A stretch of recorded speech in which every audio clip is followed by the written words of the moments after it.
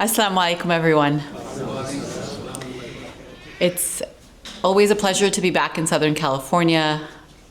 I'm here every week, but this is where I call home. I flew in today from San Jose to spend the day with you. And sincerely, when Kitab Academy reached out to our team and they said, we're having this conference, I was so appreciative. Palestine has been on our hearts and minds now for more than 15 months, every day. But for many of you, like me, it's been on your minds for many, many years. I start often by asking audiences, when was the last time you cried uncontrollably? I have a morning routine. I wake up,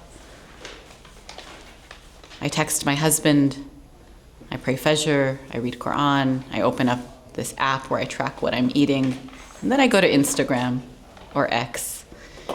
And invariably, on a regular basis, I will stumble upon videos of the resistance, and that will inspire me. And I will stumble on videos of Israelis, and that will anger me. And then among all of them, today there was a video of a young Palestinian child.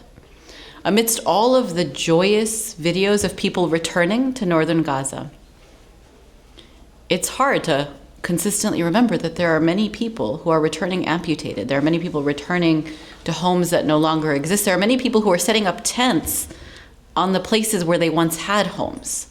And among all of them are children, wounded, with no surviving family. Wounded child, no surviving family. So this interviewer was talking to a young kid, maybe no more than 4 years old. Last night I had spoken to my nephew. I was showing him my stuffed animals because they look like my cats, and I was talking to him about how he played with scissors and ruined a couple of things. And then I see this video of a kid, maybe a couple of years older than him, so traumatized that he could barely find the words to speak to the interviewer. And they asked him, what happened to you? When was the bombing? What do you remember? Were you in the house? Who died? And this kid can barely find the words, but he's saying his mom died. His mom died. And now the reporter is trying to console him and offering that she's waiting for him in Jannah and that she will welcome him there. But he has his whole life ahead of him here. And so I was on my Southwest flight, hoping nobody around me was wondering why tears were streaming down my face, but maybe they would look over and they would see. What's worse is to know that I paid for part of that. Every single part of the weaponry that the apartheid state of Israel uses to rain down terror, because they are the real terrorists, on Palestinians is paid for by all of us. Years ago, I had the opportunity to visit the West Bank at the invitation of American Muslims for Palestine. Growing up Pakistani, we knew that this was a revered place for us, but we also knew that for many years, the request of the people on the ground was do not come. Do not come and do not support the state of Israel in doing so. And when those guidelines from the people in Palestine changed, American Muslims for Palestine came to a number of us and they said, you are clearly committed to this issue, and we think it would be transformative for you to go see what would happen there. It's one thing to know it, it's another thing to see it. And when I asked the people in the refugee camps that we visited, what do you do when the water runs out? Because they don't get water all the time. They have to collect rainwater, and even that has been criminalized. They said, we take care of each other. There was a woman who saw a group of Americans walking through the streets. She's in a refugee camp, but she sees us from the window of her third floor apartment, and she looks down and she says, you're visitors, and she sends bread. She's feeding us. But on the entrance to the Aida refugee camp, there's a mural that has the names of every martyr from the last time Israel had escalated violence there. And above it, a second artist decided to add something. It's illustrations of missiles over these names. And they wrote USA in those missiles, every single one of those martyrs. And so it's not just what happened from October 2023 through what's going on today, but years and years, decades of us as Americans paying for this. Some of the family members and advocates we spoke to while we were there explained that every single family member has somebody who has been martyred, who has been permanently disabled, or is incarcerated. Every single one. It's a strategy, right? When they shoot at young men, they shoot at their legs. And they terrorize these people on a consistent basis so they can't sleep at night. They said a common problem in that community was that people were wetting their beds into their teens. If we saw that or experienced it here, we would worry about them. We should worry there as well. And the reason they do it is because there are so many night raids. What they pushed us on, and the question that keeps me going on a regular basis as an American Muslim advocating for justice, every single one of us is paying for this.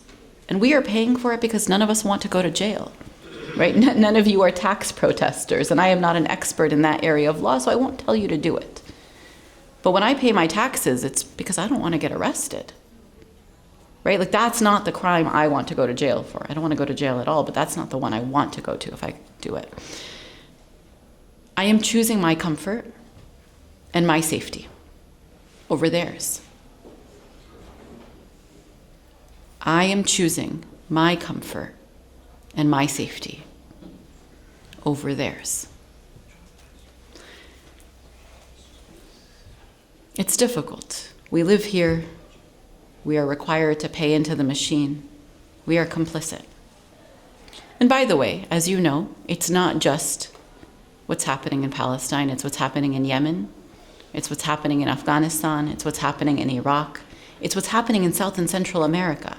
And in many cases, it is exactly what is happening here in the United States.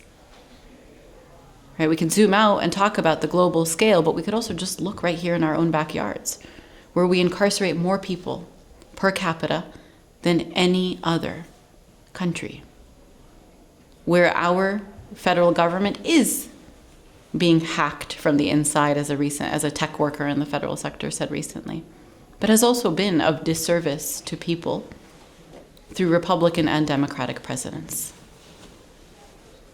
And oh, I'm so sorry, the migrants are coming here. What would it mean? Like, how desperate must someone's circumstances be that we ruin their country and then they come here because there's nowhere left to go?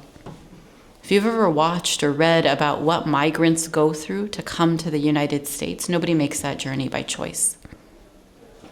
They risk all types of horrible violence, poverty, extreme conditions to get here only to have the door locked on them.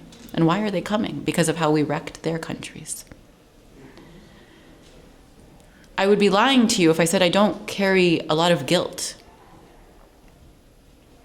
And so the question for me becomes, how do I transform that guilt into responsibility? What do I do about it? You will have the opportunity, inshallah, to hear from my most favorite teacher, Dr. Hatem Bazian, later today. I was with him last night, and he said that Islam can't just be something that we, put on our shirt once a week and we stand on the corner and we give out a Quran, and now we've been good Muslims. And I'm paraphrasing, you'll hear it from him directly, but advocating for justice is something that we have to do. As Muslims, we believe that we were put here to serve Allah and Allah alone. And to those ends, He commanded us to speak out against injustice. First and foremost with our hands, to act against injustice with our hands. I'm assuming if you were at this conference, you have all been to a protest. You have all waved a flag. You have all wrapped a keffiyeh around your necks. And a lot of times when we talk about this, the way I always understood it was with your hands, and if not your hands, then your tongue, and if not your tongue, then your heart. But I think of this as a multiple choice situation, because your hands but not your tongue is also not adequate. How many of you are willing to speak out for Palestine And not just here at the conference where it's safe and comfortable to do so, but in fact at work, at school, in your neighborhoods, at your city council meetings. And then to dislike it in your hearts. It weighs on you to watch those Instagram videos every day. And sometimes people will tell you for your health and wellness, maybe you should watch less. No, I need you to watch more. I need you to watch more, and I need you to carry that pain in your hearts so that you're constantly aware of what is happening. We cannot afford to forget. When I am asked to give Muslims practical advice on how to engage and what to do, because all of this is just words, like what do you do with it when you leave here? Every single one of you should be a monthly donor to relief efforts in Gaza. Think about how much you're paying in taxes to bomb them. What are you paying in donations to mitigate the harm that you are causing, let alone like trying to do more good? But every single one of you, like it should just be a part of your budget. The other thing you need to be a monthly donor to is to causes where people are advocating here. Whether that's Kitab Academy and supporting their conference, right? Or CARE, or American Muslims for Palestine, or Palestine Legal, or ADC. But the ability to advocate for Palestine has been under attack for decades, and more so in the last 15 months. And that doesn't get better with Donald Trump in office. It's probably just as bad as it was with Biden. I don't know if it gets worse on this issue. But it should be a part of your budget. So you care about this, put your money where your mouth is. Right? Don't just say, I care about Palestine. Don't just wrap the keffiyeh around your neck. Make it a part of your budget, because funding Israel is in fact a part of your budget. The second thing I urge people to do is to develop partnerships with people outside of our community. It's great, you have 10 Palestinian friends. You have 20 Muslim friends. And everybody at the masjid knows you. But do the people at the local church know you? Do the people at the local synagogue know you? And do you know who your favorite member of the city council is? I asked this in my community in Santa Clara last night. They had tried to put forward a ceasefire resolution about a year ago, and it had failed. And they've been engaging their city council. But everybody wants to talk about Donald Trump versus Joe Biden, or Donald Trump versus Kamala Harris. And I asked them, but who's on your city council? Do you know their names? And they didn't know the names of their council members, let alone, not the whole council, just the two champions. I said, do you know who the two people that are best for you on that council are? No, but you're so worried about Donald Trump. No, like go make that relationship at the local council. It's easy to advocate for Palestine when we look around a room and everyone looks like us. Right? Like look around this room, this is a comfortable space. This is an easy space. You are not going to change anyone's mind in this space. Dr. Suboh said this, he said, I'm paraphrasing again, but he said, you might hear everything you already know today. Today you are here for the relationships, and you are here for Kitab Academy. You are here to support the relief organizations that are doing the work on the ground in Gaza. But whose minds are you changing? Right? Like I want you to wear your keffiyeh outside and talk to people. I was just visiting my parents, and it always amazes me. My dad meets people at the grocery store and he remembers them. He meets people at the airline counter and he remembers them. I thought, I don't invest that much in relationships with strangers the way he does, but that's what we need to be doing. In building relationships with other people, part of the work is showing up for them, expecting nothing in return. How many of you have been to a Gaza rally in the last year and a half? That's it? The rest of you didn't go? Okay. How many of you have been to an immigration rally in the last year and a half? So how do you expect them to show up for you? And if you couldn't tell because you didn't look around because you were shy, let me tell you, not a single person raised their hand. How many of you did something for the unhoused in the last year and a half? Dr. Sabah, mashallah. And one other person, right? That's it. How do you expect people to care about you? And you shouldn't. Like, it's not transactional. But then we sit around and we're like, oh, they don't care about our issues. Well, yeah, like when was the last time we did anything for them? And in the same way that we may not know about their issues, we cannot expect them to know about us.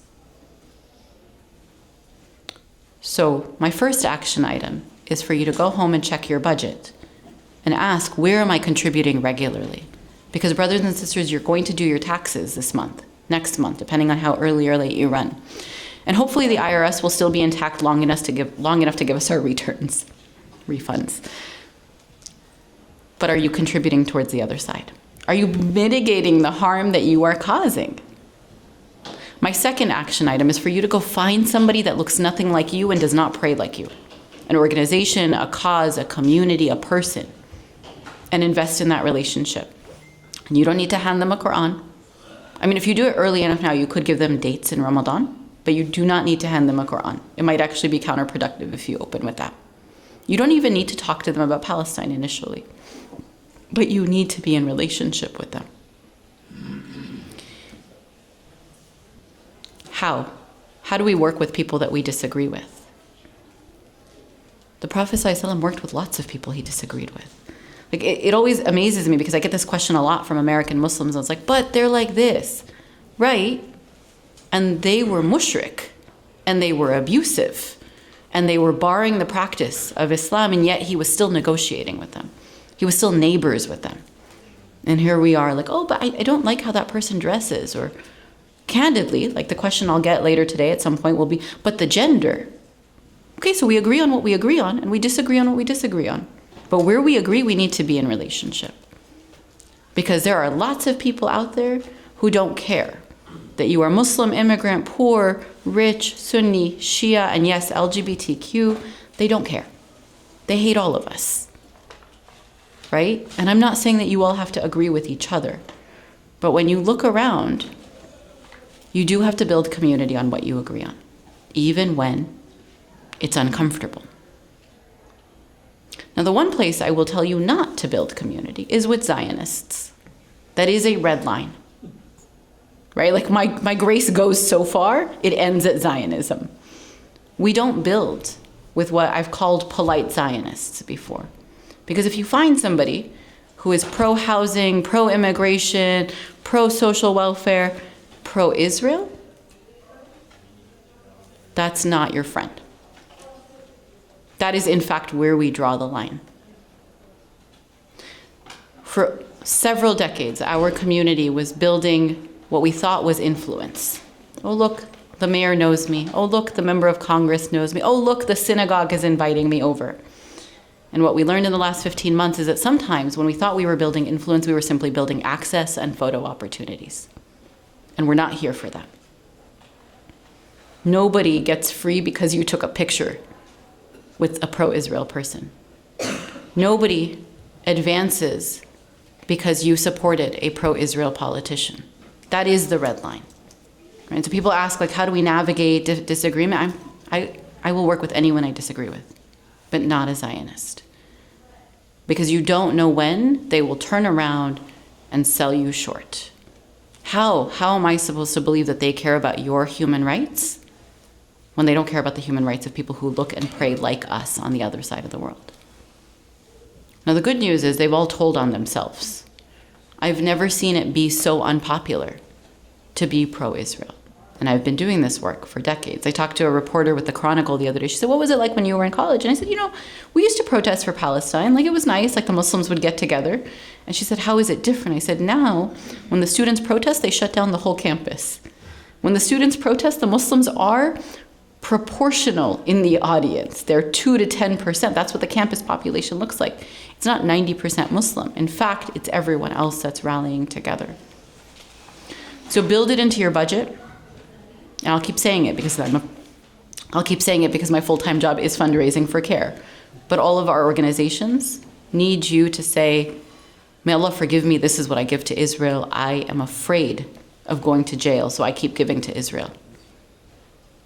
I'm also going to give to the people who are countering that work. And if you can get to a place where you're giving dollar for dollar, and it's not that all of your taxes go to Israel, it's a percentage, you can look it up. If you get to a place where you're dollar for dollar, then you've mitigated. Can you give more now, is the next question, right? The second is for you to be in relationship with others. particularly people who are different from you. If the only person you talk to about Palestine in the next week is another Muslim, are you doing it right? If the only person that you have an actual heart-to-heart with or a personal connection with in the next week is just another Muslim, that's good, but are you doing enough? The third is for us to be thoughtful and strategic about who we work with. When I say to work with lots of different people, to be in relationship, I don't mean just anyone, right? Have direction, have intention, work on it. And when you're not sure, ask someone. My favorite kind of text message from a community member is, hey, we just met so-and-so. Are they legitimate? Hey, we just met so-and-so. Should we work with them, right? And I don't claim to be the expert on this. You have leaders in your community who you can ask, but ask. And if you are not Palestinian, definitely be asking a Palestinian, which I am not, by the way. The last thing I'll offer is it has to be a part of our daily lives, right? Whether that is that I'm wearing my keffiyeh on a consistent basis, or I'm giving a routine donation, or I'm volunteering for one of these organizations, it has to be a part of our daily lives. People have lived and died in this struggle. And while many of us today will talk about living to see a free Palestine in our lifetimes, ultimately what I know is that it will get free. That is determined by Allah subhanahu wa ta'ala. And the people of Palestine do not need us. I told you, they said, what do you do when you run out of water? And they said, we get it from our neighbors. We're walking around in the streets, like trying to understand what's happening in the refugee camp. And the woman from the refugee camp is like, here's the bread. They do not need us. We go there and they're feeding us. Yes, I started with the story of the child who lost his mother, but there are also so many videos of people who, even in the worst of circumstances, are holding steadfast to their faith, right? Who are congratulating their martyrs, who are rebuilding their homes and making TikTok videos about it. Their test is different from ours, and their path to Jannah is guaranteed. It is us that needs them. I'm not, some of you may be Macklemore fans. I can't quote his most recent song because it's full of expletives, but there's a line in there where he says, your grandchildren will ask you why. We believe that. As parents and grandparents, we will have to explain what we did, why we did it, when we did it, right? Those of you who are from different parts of the world who experienced strife decades ago have to have those conversations today. Someday we'll have them 30, 40, 50 years from now. But beyond that, as Muslims, we know that we will answer to Allah. You had everything. You had your able body. There was a Palestinian hostage, because that's what they are when Israel takes them as well. A Palestinian hostage who was released this weekend. He went into Israeli captivity with 2 legs. He emerged with 1. They amputated his leg. I don't know the details of the medical circumstances or why, but he went in with 2 and he came out with 1. If you have 2 legs, you will answer for those 2 legs. They will either testify for you or against you. If you have a home and the homes in your Belinda are beautiful, if you know where your next meal is coming from, if you know where your next paycheck is coming from, you will stand before Allah and say, I did or I didn't. Oh Allah, please accept what I did, or oh Allah, forgive me for not doing. Make it a part of your routine. Make it part of everything that you do to prioritize this.